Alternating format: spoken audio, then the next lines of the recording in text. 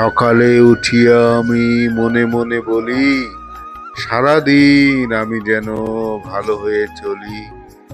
আদেশ করেন যাহা মোর গুরুজনে, আমি যেন সেই কাজ করি ভালো মনে। ভাই বোন সকলেরে যেন ভালোবাসি, একসাথে থাকি যেন সবে মিলেমিশি। ভালো ছেলেদের সাথে মিশে করি খেলা, পাঠের সময় যেন নাহি করি হেলা।